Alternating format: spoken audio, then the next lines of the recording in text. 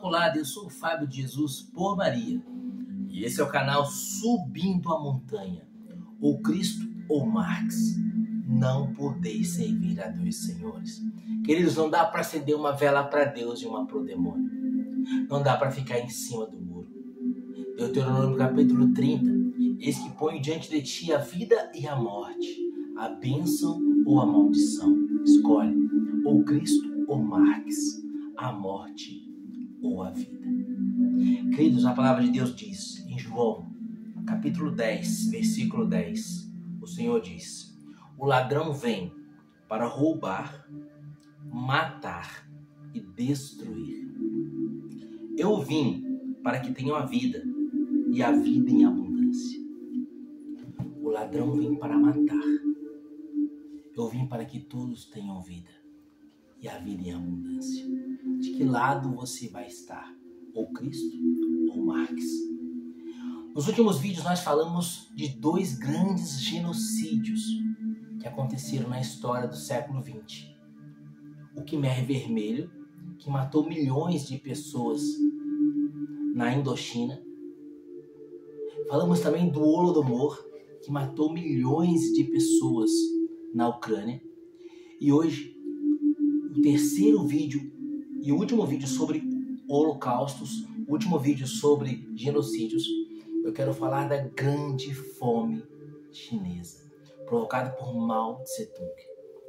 Queridos, esse desastre se deu entre os anos de 1958 e 1962. 4 anos. Estima-se que em 4 anos Mao Tse-tung matou 50 milhões de chineses. Se o Khmer Vermelho teria matado entre 3,9 milhões até 10 milhões, Mao Tse-tung, em 4 anos, matou 50 milhões de chineses. E ao longo dos seus 30 anos de governo, à frente do Partido Comunista Chinês, à frente da China comunista, estima-se que Mao Tse-tung, que morreu no ano de 1976, ele tenha matado até mesmo 80 milhões de chineses. 80 milhões de chineses. Para você ter ideia, a população de São Paulo está estimada em 11 milhões de pessoas. 11 milhões. Em 4 anos, Mao Tse-tung matou quase 5 cidades de São Paulo, que é a cidade mais populosa do Brasil e da América Latina. 50 milhões de chineses. Em 1949, depois de uma longa guerra civil que começou em 1926, o Partido Comunista Chinês toma a China. E Mao Tse-tung se torna o primeiro ditador chinês. Ele começa a imperar com força e poder sobre os chineses. E lembre-se o que Stalin havia feito na Ucrânia em busca de reprimir o nacionalismo ucraniano e em busca de alimentos. Ele retirou todos os alimentos dos ucranianos, levando-os a uma grande fome, que é chamada de Holodomor, a peste da fome ucraniana. Mao Tse-tung faz algo bem parecido com aquilo que Stalin havia feito. Só que Stalin havia feito isso contra a população ucraniana, não contra a população russa. Mao Tse-tung ainda é pior do que Stalin, porque ele vai fazer algo semelhante, mas com a população do seu próprio país. Em 1958, Mao Tse-tung estabelece aquilo que ele ia chamar de o grande salto. Ele queria industrializar uma China que era extremamente agrária. A China vivia de agricultura. E com essa ideia de industrializar a China, ele oferece os seus grãos à União Soviética, oferece comida à União Soviética, alimentos à União Soviética, em troca de equipamentos para a industrialização do seu país. Não sei bem se Mao Tse-tung ofereceu isso para Stalin, ou se Stalin exigiu isso de Mao Tse-tung, porque a gente já viu no último vídeo que Stalin buscava por alimentos para a União Soviética. Mas enfim, a história conta que Mao Tse-tung faz essa oferta para Stalin. Ele queria industrializar a China e fazer a China dar um grande salto econômico e de industrialização. E assim, em troca de equipamentos industriais, ele oferece comida, ele oferece grãos para a União Soviética. Mas como que ele faria isso? Primeira coisa que se faz em todo o Partido Comunista é a extinção da propriedade privada. As fazendas e toda a propriedade privada se torna parte do governo, se torna propriedade do governo. Os fazendeiros que não concordavam com isso, Mao Tse Tung os convencia muito rápido a concordarem. Simplesmente ele os matava. Então Mao Tse Tung já começa um grande genocídio, matando todos aqueles que eram proprietários de grandes espaços territoriais. Todos os grandes fazendeiros foram mortos. Os pequenos produtores, os pequenos agricultores, eles são colocados nessas fazendas do Estado para trabalhar. Só que eles não vão receber salário, eles vão trabalhar por comida. Eles vão receber como retribuição pelo seu trabalho alimentos. Acontece que só recebia alimentos aqueles que trabalhavam. Aqueles que estavam doentes, aqueles que eram velhos, aqueles que eram as crianças, não recebiam alimentos porque não produziam nos campos. O que acontecia com os idosos? O que acontecia com as crianças? O que acontecia com os doentes? Eles morriam de fome. E já no ano de 1958, milhões de pessoas começaram a falecer. Os idosos, as crianças, os enfermos começavam a falecer por causa da fome. Começavam a morrer de fome. Morrer de fome. Os opositores de Mao Tse Tung eram torturados e assassinados. E ele impunha um trabalho feroz, um trabalho extremo, um trabalho pesado sobre os agricultores. Tudo aquilo que os agricultores produziam ia para o governo. Todos os grãos iam para o governo. O governo de Mao Tse Tung fez algo semelhante também ao que Stalin fez.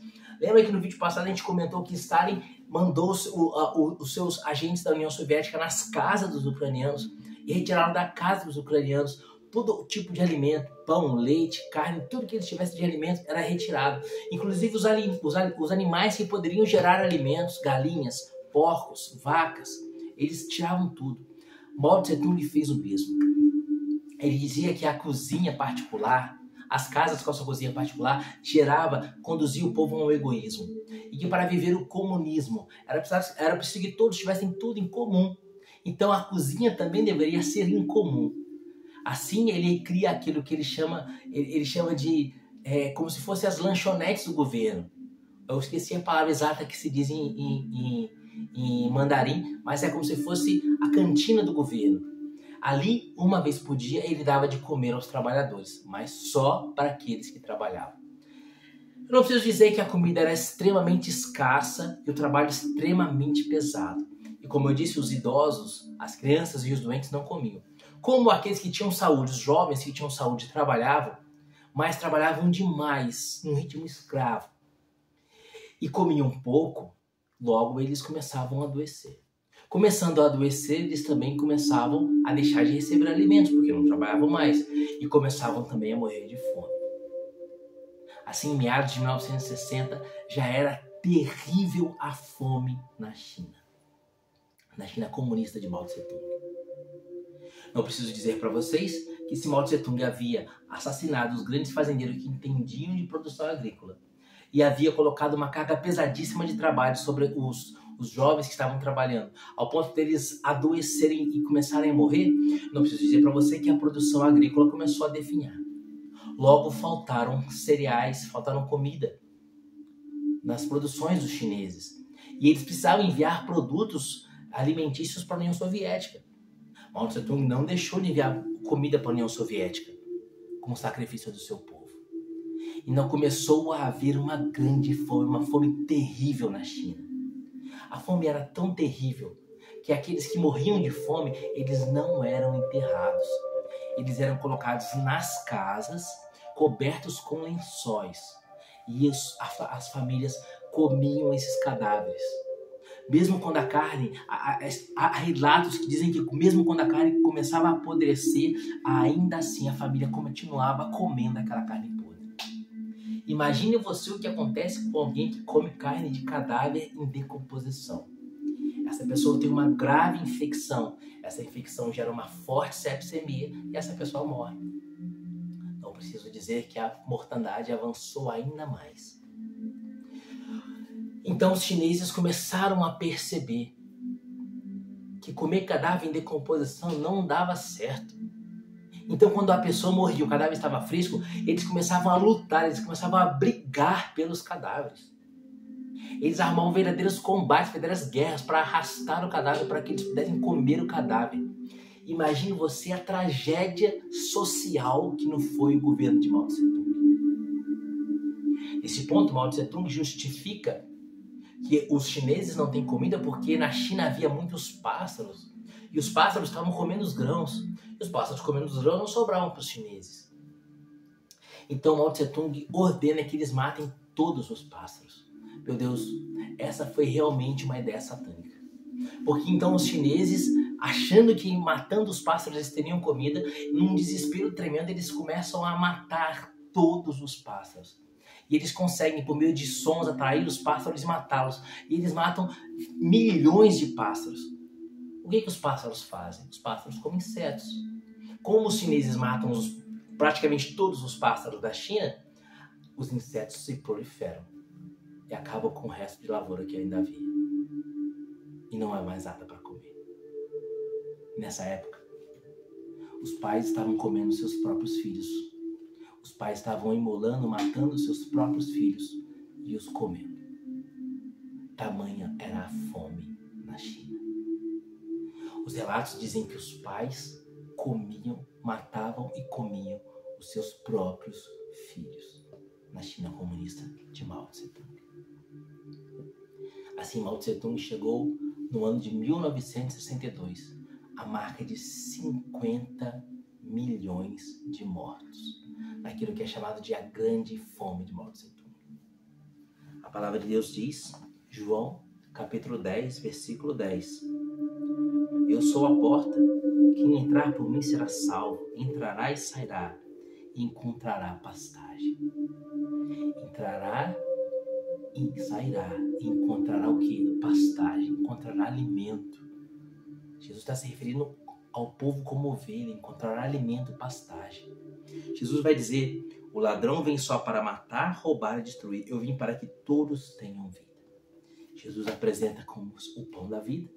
Jesus se apresenta como o bom pastor que conduz as ovelhas a pastagens verdejantes. Jesus se apresenta como o nosso alimento. E o lado contrário, a fome e a morte. De que lado você está? Ou Cristo ou Marx? Essa semana eu recebi uma notícia terrível.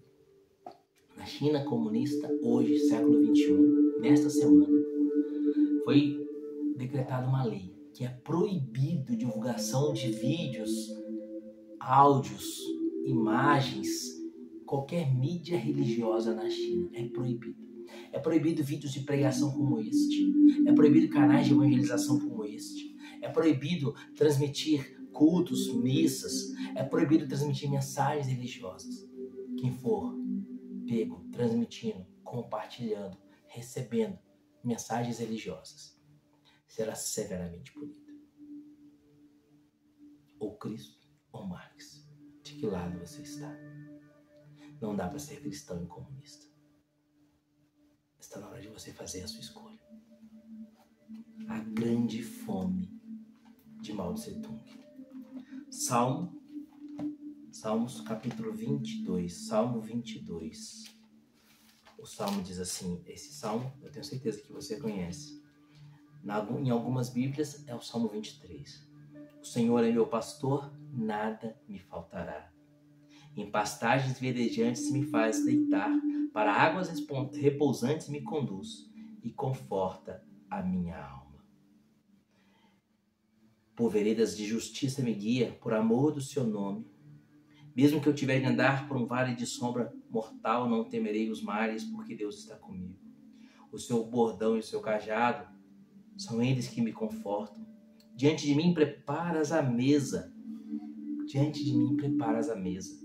À frente dos que me afligem, com óleo me unges a cabeça, e o meu cálice transborda.